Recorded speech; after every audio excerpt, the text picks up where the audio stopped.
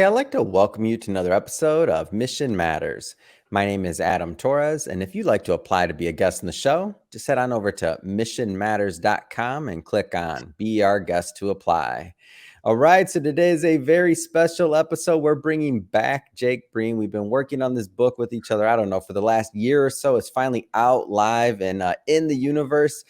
So for those that haven't caught some of our previous episodes, Jake is a broker and owner of Dijjit Real Estate Brokerage and also National Software Referral System. Hey, Jake, first off, just welcome back to the show.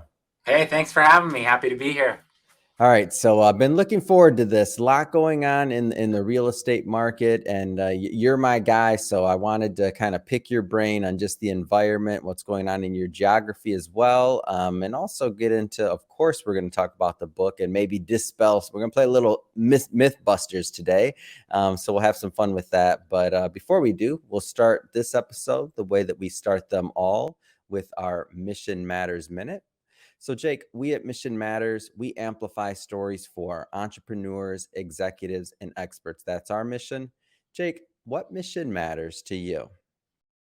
Over the last 2 decades, assisting a lot of families with, buying real estate, which is transactional and business oriented.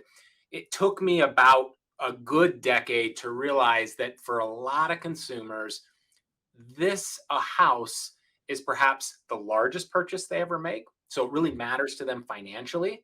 But also, a house becomes a home when you create memories there and you create a family there and you have traditions that are tied to your living situation. And so, what really matters to me is taking all of that context in and not just making real estate purely transactional, but turning a house into a home for people. It's great. Love bringing mission-based entrepreneurs and executives on to share, why they do what they do, how they're doing it, and what we can all learn from that so that we can all grow together. So great having you back on. And first off, I don't want to assume that maybe some of our newer listeners caught some of our previous work. So maybe just talk a little bit about how you got started in real estate. Sure. 50,000 foot flyover, kind of the quick version was going to law school and decided that it didn't really add up. The amount of time I was going to have to put into becoming an attorney and perhaps making partner or growing a career in a law firm was going to take too long. And call me high functioning ADHD, but I decided in my early 20s I needed to start being proactive in the business community immediately. And so I kind of stumbled into real estate. It was a time in my life where I was pretty much broke and couch surfing and staying at friends and things like that. And this was the early 2000s, right after the dot-com bust. And so I bought a home with my brother and my father, and the intent was to do the whole house flipping thing. And we did that, and it was relatively successful. But our profit margin, dollar for dollar, was pretty close to the amount of money that the realtors made in commissions. You've probably heard this a lot. And so we started going, what other ancillary parts of this business or this transaction could we control? And so that kind of sparked me going in the industry. I later went back to graduate school, got an MBA, but just ended up sticking with real estate because by then we were doing flip transactions for ourselves and started doing them for a lot of other customers. And it turned into a full-blown sales business. And the rest is history. Over the last couple of decades, I've managed corporate offices at two luxury brands, both Sotheby's and Berkshire Hathaway, and then went independent about a year ago with our own boutique brokerage here in Salt Lake City, Utah, and then kind of our suite of some of the other businesses we're involved with, from a national doctor software referral system where we help doctors relocate around the country annually, and a few other things that are ancillary to real estate that we do. Yeah, it's a great story and one that I find very inspiring. And I want to stick in those earlier days a little bit longer. And the Sure. reason I want to do that is because right now, a little bit of uncertainty, right? We're coming off the pandemic. Some people are either, by choice or not by choice, have been transitioning into new jobs, new work situations, this gig economy. So if we can think about, let's just say, back when you were getting started, what were some of those things that helped you kind of get through, let's just call it the couch surfing, as you called it, days? Like, what Sure. did you get through that? Yeah. Hey, that's a great question, Adam. Yeah. I'm going to approach this in two ways because I've done a decent amount of philanthropic work at the college that I did grad school, Mm, Westminster here in Utah. And I've worked 6 years in the MBA department doing a lot of mentoring and things like that. So I get this question a lot. mm, What is that launching board? How do you really start?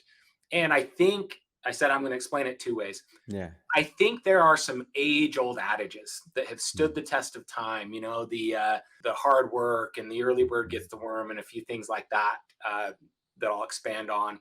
But then I also have always been kind of passionate about, obviously, the way tech and other things are mhm, influencing and changing a lot of industries, and the massive amounts of disruption we've seen at an extremely fast pace the last 2 decades.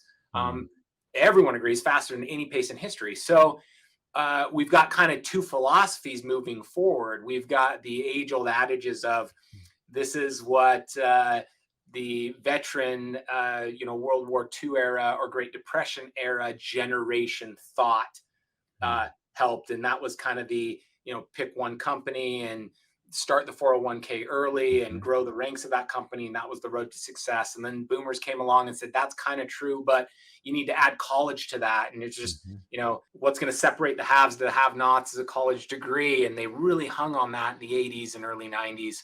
yeah. Um, and then you got kind of, especially millennials and then even Gen Z going, Mhm, whoa, look at the percentages. Like kind of everybody gets a college degree. Does it still have that same kind of value?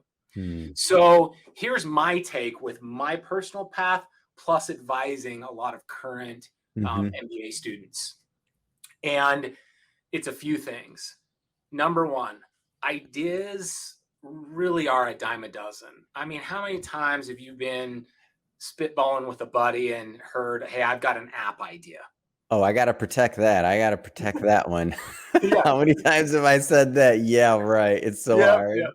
I got an app idea, and then online it's like now everything is fast and Yeah. so cheap, or you can outsource it and somebody will create that for you. So, in my experience, especially 6 years in the MBA department, I tell Mm, students, look, ideas really are a dime a dozen. And so, what mhm, kind of separates ideas that sift to the top? Unfortunately, it's not necessarily the greatest idea or this amazing thing that you could patent. yeah. It's typically what sifts to the top is some of those age old adage things that have made people successful. It's really dedicating to something, having a mapped out plan and a purpose for either that business idea or that product or whatever it is. Um, Building a business plan around it and sticking to that. That's one. That's kind of the effort part. Yeah. And then the second part, and in my career, this is likely what's mattered most. And Mhm, I did not know this at the time. It's kind of just looking back, I understand. And it's your network. It's, yeah.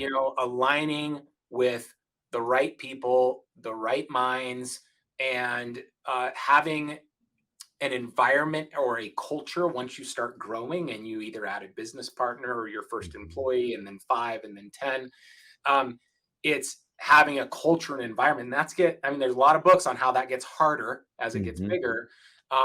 But keeping that work ethic and environment going, those types of mm, things, you can look to great teams yeah. with mediocre ideas and, they spit out very profitable idea after profitable idea and things that Mhm, work because they've got an engine, they've got a system that is going to make a mediocre idea uh, work in the business mm, community versus the best idea ever that never really gains legs because there's not a plan around it and there's mhm. not a team that can bring it to fruition. Yeah. No, it's great advice, and it's and actually it's a great transition here because speaking of ideas, I mean, you have, a software company, obviously you have a brokerage side. You're a busy guy, and part of what I wanted to talk about today was really just that concept of balance because you got, a lot of different things that have grown over the years for you. Like, how do you maintain like that thought process of balance and kind of juggling it all? Yeah, this is probably the topic I've been most passionate about the last 3 or 4 years. Mhm, And it's not because I was necessarily good at it, it's mhm, because I've struggled with that balance. mhm, And I got into my 40s. And, there's a lot of talk about kind of the age demographic that you hit that midlife crisis. So mhm, for me, I was go, go, go from perhaps 14 years old when I got my first job. And I was really mhm, just interested in success. And I defined that, to be honest with you, pretty much financially. mhm, From our teenage years to my 20s, that was success equaled X amount of dollars or income or however you wanted to define mhm, it financially. And I will say, luckily, I never let that absolutely consume me. mhm, I still got married and started having a family, and I've always been an available dad. But in my late 30s, um, I kind of started checking some of those financial boxes that I always mhm, dreamed of checking. Uh, X amount of passive income, X amount of investments, X mhm, amount of net worth uh, ideas I kind of always had in my mind. Some written down as goals, some just kind of in the back of my mhm, mind. And the funny thing is, Adam, and I had heard this, but I mhm. didn't believe it to be true. I had heard from others that were advising me that had been on a similar path and were a little Yeah. older, a little more sage, that nothing really changes when Mm. you check off those boxes or receive those accolades or get to where you always hoped you'd be. Yeah. And that's exactly what I experienced. And even worse, I kind of started experiencing that those were goals that really kind of drove me and were on my mind a lot. Even if I was just Mhm. driving in my car, in my late 20s, I found myself often adding up financially what Yeah. my business was doing and what my passive investments were doing and how much that would be next month. And then when Mhm. I could do the next house investment purchase or whatnot, I was doing that all the time subconsciously Yeah. and to the point of relatively obsessive. So, as I mentioned, I feel like I never quite went off the deep end, but I think I toyed with that fence line of Mm. having that take over my younger years of time while Mm. my kids were 2, 3, 4 years old. Yeah. And so, to not have this take up our entire hour, the Yeah. shorter version is in my later 30s. This is probably 7, 8 years ago. Mhm. I've also always remained relatively physically fit, and well, if real estate's my main business, right secondary to that is Mm. fitness and health and nutrition. And my wife and I are quite passionate about that. I've been ranked nationally in the CrossFit world. I've been ranked the top Wow. 100 Spartan athletes at certain times, and so all this was kind of colliding. I'm successful and That's fit from a busy, man. physical That's a lot. That's a standpoint. lot of weight. Yeah, I'm by definition Yeah. successful from a financial standpoint. By definition, I'm successful entrepreneurial, and I'm checking all these boxes. And Mhm. then one day I kind of went and it crept up on me, and I went, "So what? For Wow. what?" Wow. And it was pretty depressing, to be honest with you. And it Yeah. wasn't this just immediate, and then I went into a funk. It was just kind of into my late 30s. Mm. And not to get too hippie on you, but at the time, I had no idea uh, about some of the latest discoveries in the medical world that are Mm. merging with the neuroscience world and the Mhm. psychology world that certain trauma or emotions we feel Mhm. can really start harboring injury or swelling or things in our body. For example, your Mm. heart carries anger. So if Mhm. you're angered and then you don't let that go, and then over time you are kind of constantly angry, and then over a decade that's always with you, then at some point you adopt it into your personality and people say he's kind of a Yeah. angry person, right?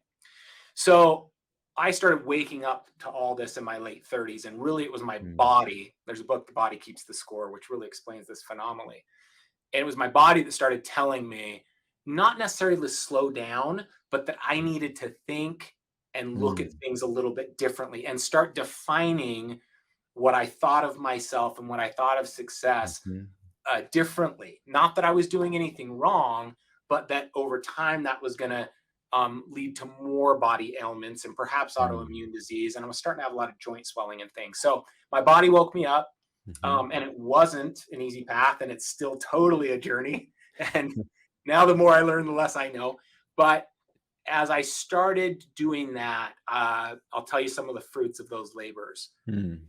I started not just being there in evenings as far as time goes, and being present Mhm. with my family, physically present, but Yeah. I started being emotionally present and really there with my wife and So it's a kids. I higher started being a little quality bit of time disconnected. too. It's higher quality of time, not just Quality being time. there, checking off the Yep. boxes like you're actually present. Yep. Started being able to actually disconnect. I told my wife, Mm. I think this was maybe 3 or 4 years ago, we were on vacation, and she said, "Look, we've been doing vacations and stuff Mm. for almost 20 years, and you've always organized and Mhm. been there, and not necessarily the business owner that was just off on his phone all the time. And we Yeah. Disneyland with the kids, I wasn't on my cell phone all the time. I was Yeah. physically present, but my mind was kind of always on my to-dos. And I Wow. just thought that was the way you had to live as an Mhm. entrepreneur. So I woke up to all that. It's not easy, especially when your personality is one way, or you've grown your business a Yeah. certain way. But I started getting a healthier Mm. work-life balance. And I define healthier not by some checklists I could show you, Mm. but literally off of how I think and Yeah. feel, and how my relationships are with others, and Mm. especially those close to me. Yeah. The mental component of it, that like, what was there anything that helped you, like on the mental side of it? Because some people will, myself included, I'll pick on myself. I've found myself in that challenge where I'm there, but I'm not there, right? I'm thinking about, Yep. oh, I got something, or a text throws me off, or something else. And I'm like, Yep. is there something that you found that kind of helped on that end of things? Yeah, there's two things I could tell you.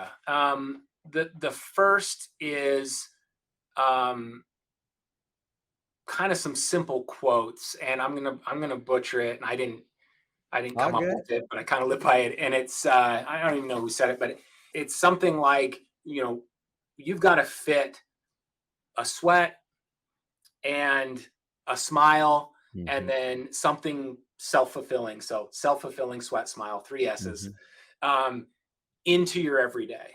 And Mm.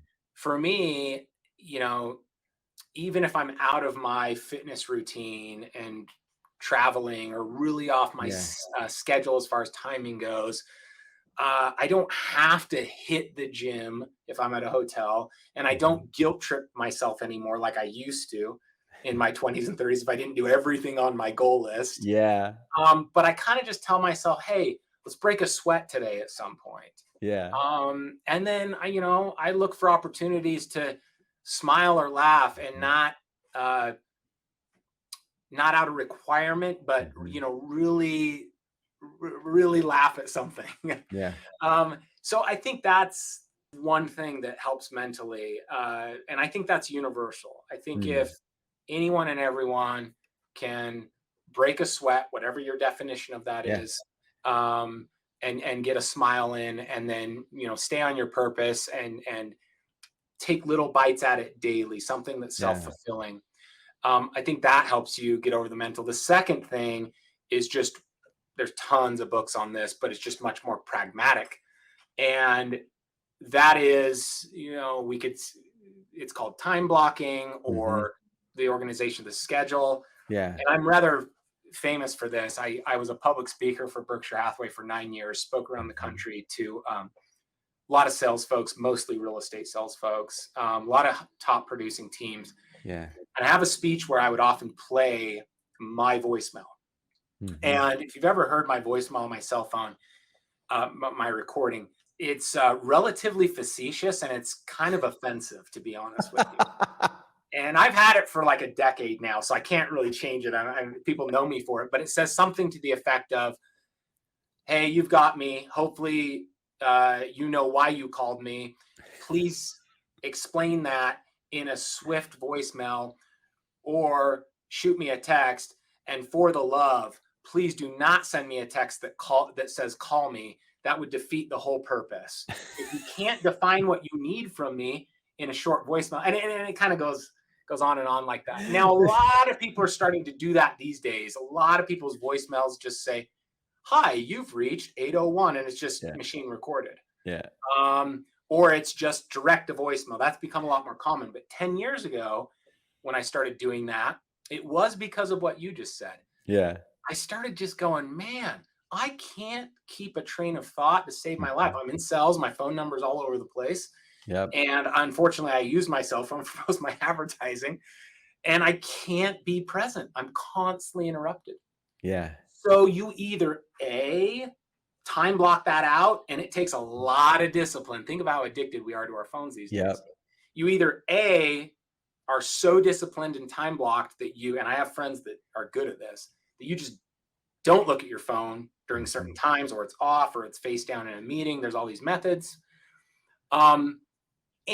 Or the longer approach, and I do both these things, but the longer approach is to start training your sphere of influence about how you communicate. Now, we could go down a rabbit hole on this, but I'll just say swiftly that takes a real sensitive knack.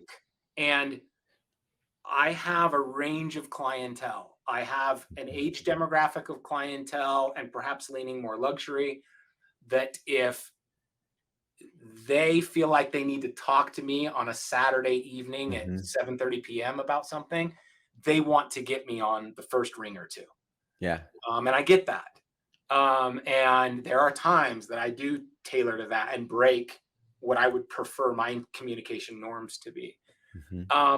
But for the most part, once people start transacting with me, and this is kind of disseminated through my team, they will find that I'm probably not going to answer my phone at random. You're going to have to schedule me to get me, but I'm hyper responsive and swift if you want to reach out to me in another format. And that may not be a lot of small chat and how's your day and vice versa. And there's times we're doing that now. Yeah. But I'm not going to do that 30 times a day with everybody that blows up my cell phone. But just let me know what you need, and I'll respond back to you in 30 seconds. And so over time, if you're more in a power position, or you manage staff and your time's getting spread thin, I highly advise, sure, you can time block and do all those things that are in all these books. The other thing you can start doing is the long tail approach of training those that interact with you the most on how you would prefer to communicate and how you're going to be the most responsive to them. Without them disrupting your day. Great tips and great advice on how to kind of work through and that work-life balance, especially for, entrepreneurs, multiple streams of income, different businesses, different things going on. Well, Jake, I have you on the line, so we're going to talk some real estate. We got to talk about what's going on in the current environment, especially in your geography. So, I mean, just, how's business? Business is better than you might assume it is if you're reading national articles related to the real estate industry. And for context for everybody, this is June 15th, 2023. We're recording this. So in today's environment, go ahead. Yeah, thanks for saying that. And my location is Salt Lake City, Utah, but really I do have my thumb on kind of the state of Utah. And then in speaking around the country, I keep my thumb on other markets. So that this applies to everybody, I'll kind of give you a general national state of the state. It's no doubt about it that the mortgage industry specifically is struggling just from a profitability standpoint. Most of my friends or contacts that own mortgage companies, and a couple of my buddies are on the executive teams or have ownership in top 10 mortgage companies around the nation. I'm in touch with the executive team on a personal level at Quicken Loans, top 3 national lenders. So I feel relatively plugged in. And in layman's terms, virtually none of them are making money specifically on the production side. And there's a lot of reasons for that we don't need to dive into. They're surviving by, leaning the companies from staff and overhead and all those things. And also if they have other ancillary businesses or especially servicing portfolios they've held on to, that's keeping them afloat. However, here's the interesting thing, Adam. If you look at the real estate market holistically and all the other businesses in it, construction and general contractors and trades and labor, still really strong, still hard to get labor. Material costs in our market have come down about 20% from peak COVID, where it was hard to get material. It's kind of stabilized.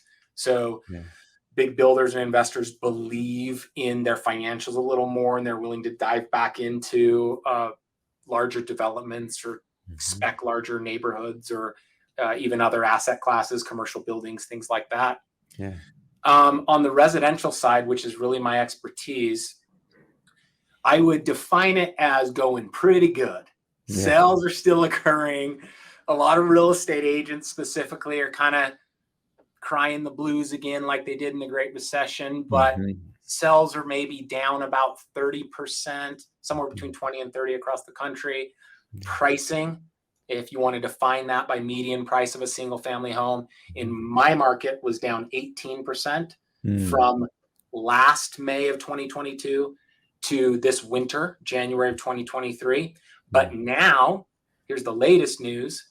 In the last 120 days, it's erased 10% of that 18% decline. Wow. So we're only 8% off all-time peak pricing, even with 7% interest rates. Now, other markets are not necessarily following that trend. We have extremely low unemployment, extremely low inventory. We're a huge in-migration state in Utah. But in general, across the nation, there's this mixed bag of goods, okay? And I gave you that context to tell you this. Now, we're now transitioning from facts and data and statistics that I just gave you that are real, my opinion, okay? Just for our listeners. So here goes my opinion. I believe that we are in an environment that economists, New York Times writers, even a lot of experts don't really know what to say or how to predict it, because we've never seen these factors. And the factors are these. Most of the economic factors that would indicate how well real estate is doing are better than expected if you just look at the data. In-migration, low unemployment, low inventory, which either increases pricing or at least keeps it stabilized. Wage income, either purchase and mortgage index versus median price, or rental rates versus the CPI index for pricing. All of it's kind of in check. It's not great, but it's not bad. Foreclosures, there's no sign of what we saw leading late 2007 into 2008 that gave us warning signals of the Great Recession. None of that. Not high inventory, not skyrocketing foreclosures. In fact, nationally, you can track what's called notice of default. So people who are 30 days late or greater on their mortgages. That's not, it's not even up in any sort of significant way. Okay. So on the one hand, all these factors look pretty decent. Yet what experts can't put their thumb on is, one, why is inventory still low? And two, why aren't people buying? Well, the why aren't people buying is a pretty easy answer. It's a tough pill to swallow when you look at interest rates and calculated payment right now. So people get that sticker shock really quick, and that's an easy to answer question. The harder to answer one is, well, why isn't there inventory? Now, inventory comes from two places. We either build new inventory and add it to the market, or there's resale inventory. And neither of them are producing what we need them to produce to have kind of what economists would call an equilibrium, kind of a healthy buyers and sellers market. Here's my opinion of why. And it's what I alluded to that we've never seen in the United States or perhaps globally. Since the Great Recession, we had a good long decade where pretty much everyone that had a mortgage was able to refinance or purchase and get into a high 2%, low 3% something rate. Okay. And now people have equity because their homes have gone up in value. They could afford to upgrade on paper. Their income, let's say, has increased over the last decade, so they could qualify for more. So it's not a recessionary environment where Yeah. people can't qualify. So all these factors are ready to go. Why aren't people going from the $800,000 house to upgrading to the 1.2 house? Yeah. Well, because in that example, someone is going up 400,000 in house value, Yeah. and they may have tons of equity and the financial means to do it. Mm-hmm. But if their current $800,000 house has a $600,000 mortgage at 2.75%, their payment's Yeah. probably $2,700 a month. Mm-hmm. Even if they're paying for most of the upgrade in cash, let's say they only mortgage another 200,000. So they're going from a Mm-hmm. 600 mortgage to 800, but their rate goes from 275 to 7.25. Yeah. People are doubling or more their payments to look at a slight upgrade or increase in debt. Yeah, and that's a hard one to take right there on cash flow, right? Like that's tricky. Right. So what we are seeing in real estate is an increase in cash purchase transactions, number one. So that's still happening, which people are always shocked to hear this. That is about a third of all sales across the United States. Not even right now, just in general, usually about a third of all sales are cash. So that's still going just as robust as it always has. So that's kind of holding up the market. And then you're getting the have to moves, the job relocation, the change in financial situation or family status, and those are still occurring. I don't have any data on what percentage of the overall market that is. So those two things are kind of holding up the market. The term I'm using to describe all this is a deep freeze. I think we're in an environment that's so unique that we've never seen, that people want to, they can afford to, they're conscious of it. They know what they want for their next house or their forever house. Yeah. Or they starting couple knows they want to get out of their townhouse. But it just doesn't make financial sense to have that exchange in rate. Yeah. No, well said. And I do think that this concept of freeze is going to be something interesting to watch, because interest rates don't seem like they're going the other way anytime soon, and this could take quite some time. So I'm interested to see how this plays out. Of course, I want to spend as well, while I have you on here. We're going to talk a little bit about the book. So for everybody watching this, by the way, we won't do a deep dive into it. Why? Because you can buy a copy of it. We're going to have the link to the book is of course in the show notes. So you can just click on the link and pick up a copy. But first, to highlight the 5 myths of real estate that everyone falls for. Why this topic? Why now? I have found, and it kind of goes with that MBA question we were discussing a bit ago about how internet technology, all these things have really sped up the amount of disruption and the extreme change we're seeing across many industries. And cat's out of the bag. That's old news now. I mean, look what we've done to the travel industry and the taxi industry. Yeah. We name all these companies. But a lot of people in real estate have said, why not real estate yet? Why do we still kind of transact in real estate the way that we did 50 years ago? Title insurance and title companies, 30 days for escrow. Getting a mortgage, if you've got one in the last decade, is still a nightmare, and they really do everything but take your blood type, right? And so one of my passions has been taking some of the age-old adages and going, well, we haven't seen a major disruption to the way it works transactionally yet. I do believe we'll see that. But there are quite a few norms that people use all the time that are these just myths, and they're not the case anymore. In fact, the first one we discuss in the book, and everybody's heard it, an age-old adage about real estate is location, location, location. Whenever I hear that, I will say to the person, okay, hold on. Are we talking your primary residence where you're going to raise your family? Or are we talking investment? What lane are we talking here? Now that confuses people. The reason I ask that, when they say, oh, I know how real estate works, just pick the best location and you'll do well financially. And I go, well, yeah, everybody would like LA beachfront, like in your market, right? But it's super expensive. Everybody in my market would want ski in, ski out at the nicest ski resort. Yes. Yeah, I mean, it's not rocket science to pick the best locations. The reality is, when it comes to specifics in investment, those those best locations Hmm. rarely have a direct correlation with how well your investment's going to go. Yeah. There was studies done all across New York, Manhattan, and the Bronx over the last couple of decades that if you were to buy in what's called the more kind of blighted areas where Hmm. real estate might be soft, and you made kind of a good timely purchase, let's say you had $2 million to invest, Hmm. and you could get 8 condos in the Bronx at 250,000 a piece in the Great Recession, say 2010. Or you could have bought a $2 million flat in downtown Manhattan across from Central Hmm. Park. Which one would have done better coming out of the recession, just dollar for dollar? Yeah. And it's not a slight difference. It's you would have done massively better. In fact, almost 100% return better on the Mm. 8 condos in the Bronx as that neighborhood got regentrified Yeah. and coming out of the recession, and for a lot of reasons, not just regentrification, Yeah. but oftentimes when real estate rebounds, Hmm. the lower tiered pricing tends to have a faster percentage appreciation than luxury does coming out of a Mm. rebound.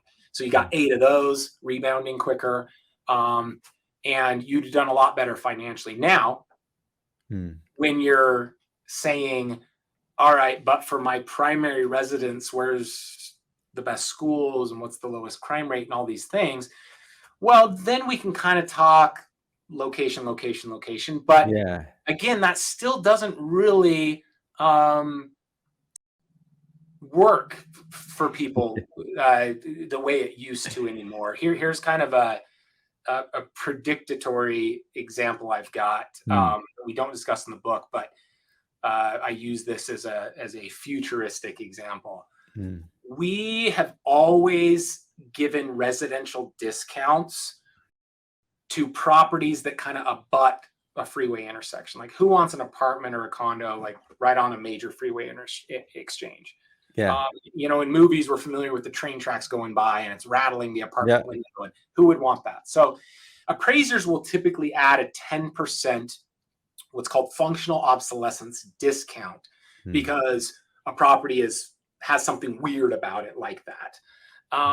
And so there's this stigma, and kind of that's standard. And investors will apply even a greater discount. Hey, I'm going to buy this whole building. Mhm. I should get 30% off from going market rates because it abuts the freeway. Mm. But think about what could happen in the future. The reason that's functionally obsolescent is really just because of noise. Mm.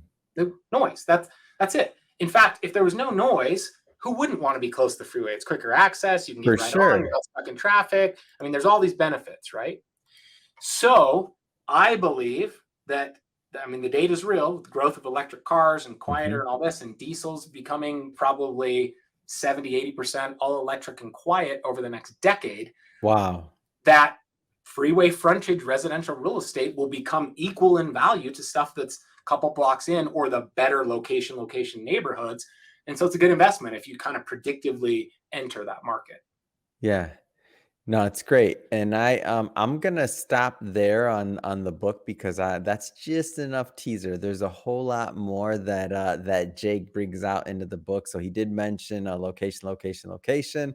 He's got another one, buying a house traps you. The best real estate agents wear suits, have long meetings, and always return phone calls. These are all myths, by the way. So I'm gonna you want to learn more about these? Get the book. The link will be in the show notes. But I do want to talk while we're on this line as well, Jake, about Dijjit. So you kind of alluded, obviously, you mentioned Salt Lake City. Just tell us more about your firm overall. Yeah. So and especially as I managed for about 13 years, kind of two growth luxury brands, Yeah. Sotheby's and Berkshire Hathaway. Um, the way a lot of corporate relocation works across the country is employers, the large ones, will decide that they're going to open up a new location or perhaps a new corporate headquarters in a different city. Yeah. And this is often made at an executive level where, employees down the chain have absolutely no say. And what would typically happen if that was official and announced is an HR department or certain companies would then reach out to all employees and say, hey, look, we're opening here. We're going to move 300 people. You're in that first 300. And you would go sit down with your HR department head. And they would kind of tell you the benefits package you would get for moving. And real estate agents would latch on to these big moves. And it was big corporate business in the 80s to try to land contracts to be the official real estate company that would help all these people relocate. Some would buy, some would rent, but these were big contracts. Because of that, we birthed some middleman relocation companies across the country. There's still two large ones. I'll kind of keep their names out because we're a disruptor competitor to them. But they would go act as a middleman with HR departments and say, all right, once you announce a move, we come in and we take that job on of explaining to employees what their benefit package is. Yeah. As I worked with these companies at two major luxury brands, I started really seeing how their responsiveness was quite archaic. Think about how things work these days, Adam. If you all of a sudden found out via email, no longer in person, just an email that you were going from California to Texas and that you needed to move your family next month, well, you're probably going to shoot a text to your wife, and then she's going to be on Zillow before you're even home, looking at places in Texas and looking at schools and looking at crime rates and all these things. This is how fast things go these days. So we found that middleman relocation companies couldn't be as responsive. And by the time they were actually introducing the relocation package and or inserting agents or realtors, the consumer, that housewife in that example, has already made connections on Zillow and is trying to look for housing and things like that. So Dijjit's philosophy was simply to come in and clean all that up. And one of our slogans at Dijjit is that we have a logo that's a kind of a turning wheel, and at the center is the consumer, and the cogs of the wheel are all the different ancillary businesses that are going to help in this move. And we operate as the rotary portion that comes in and keeps that wheel moving down the road and keeps everyone updated. So our philosophy was, well, all these companies are nowadays working in email and text and CRM management systems and all these types of things. Why don't we, what's called via an API, go plug in with everybody's CRMs and keep everyone updated on the Smiths family's move from California to Texas? Yeah. So, that was 7 years ago. That birthed our idea. It started with doctors and physicians just because here in Utah, I had a few local contracts with hospitals that I was the preferred realtor. And I wanted a better way to immediately get in touch with people who are moving, because it's very disruptive and they're nervous and scared, especially when it's a market they may never even have visited. For sure. Yeah. And so we started building out affinity programs to get them deals and make this smoother for them. We started building out websites that would advise them on the quickest ways to get that demographic info they would need about the new market. And then we started building a realtor network, and we are brand agnostic. So I've got realtors from all different brands, boutique companies to large brands across the country. And we started building networks with just realtors who were responsive. That was kind of the main thing we were going after. Now, I'll say one other differentiator for us. Most of the lead gen in the real estate industry is pretty hostile towards consumers. What I mean by that is, and consumers have savvied up to this, but when you're surfing for housing online and you put your contact information into Zillow, people are going to laugh to hear this. You now know how quickly you're going to get solicited. Oh, yeah. And there's really no rhyme or reason to it. And your contact info is sold and then resold and then resold, and you're going to, and agents, because they're large ticket sales typically, those that are trained on solicitation processes, they're pretty good. Yeah. They're so you're going to get hounded is how I view it. Yeah. And our philosophy at Dijjit is the opposite of that. We have that wheel rotating behind the scenes, and we introduce everybody via text and email and integrate with all the professional companies that are going to be involved in this move across their CRM systems. But we don't have the agent interact with the consumer until the consumer fills out a loan application with the lender. Yeah. And it's always been one of our core philosophies. We want one agent who's going to be the person they're going to work with when they get to that market. And we want them to interject at the right time. So that birthed version 1.0 of Dijjit 7 years ago. We're now on version 3.0 of the software. We've expanded from just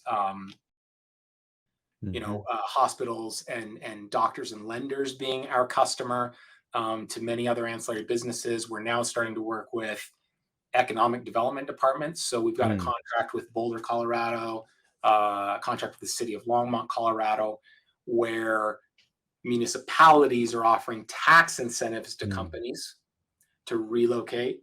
And that's where we interject and then say, oh, by the way, here's your entire Infinity program package. And then we can facilitate the move once companies decide they're going to relocate. Yeah, it's a great story. I mean, a great entrepreneurial story. And the fact that it's 7 years, I mean, this is really advanced. Like I never heard anything like this when going back 7 years ago. Even now, like when I see what you're doing, and especially that key component of really until a loan application is filled out, you're not making that other introduction. Like all these things, especially when somebody's moving, like you don't want to deal with all this. You want it done. You want to feel like you're getting, the right people working on your team, and you want a system in place. And that's, in my opinion, exactly what you've developed. Yeah. And as consumers these days, we all know it. I mean, I'm a consumer too, although I do this for a living. I can put my consumer hat on, and I never answer my phone, and I hate being solicited, and I hate if my cell phone number went out, right? In fact, Apple has a setting on one of the latest updates that if they're not if the contact is not in your contact list, then it just sends them straight to voicemail. I turned that on the day it was an option. I know I'm being a little facetious here, but I believe the industry is going to move in the way that Dijjit has moved and get smarter about how and when. And we have the analytics. Yeah. We just need to get smarter about how and when we contact people. And people do not want to be solicited, especially at odd times. I mean, the 80s, it was the movies that showed the phone ringing while everyone's at the dinner table. Yeah. Well, nowadays that's exacerbated 1,000-fold because it's just always in our pocket, right? So sure. I am hopeful that the industry will also kind of pick up these norms. And as a consumer, if you catch me, you're never going to catch me. But then if you catch me at the exact right time that I've got a question about this certain big purchase I'm going to do, or I've made a specific step towards actually purchasing versus just being a looky-loo, then I probably would be responsive. It's awesome. Well, Jake, first off, it has been great having you back on the show and to catch up. I'm so excited to continue promoting this book with you. I know we're just getting started. We got a bunch more content coming out and videos and just other things. It's going to be fun.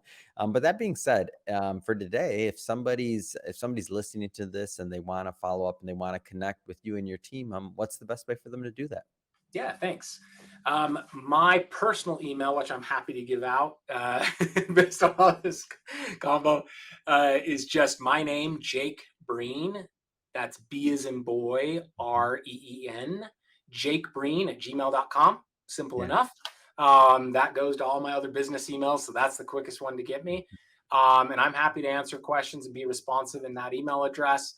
And then beyond that, if you want to look into kind of our real estate specifics, investments, some of the funds we've built, I've built a relatively healthy portfolio here in Utah across all asset classes. We've got ownership in 9 buildings with my partners here in our building in Mill Creek.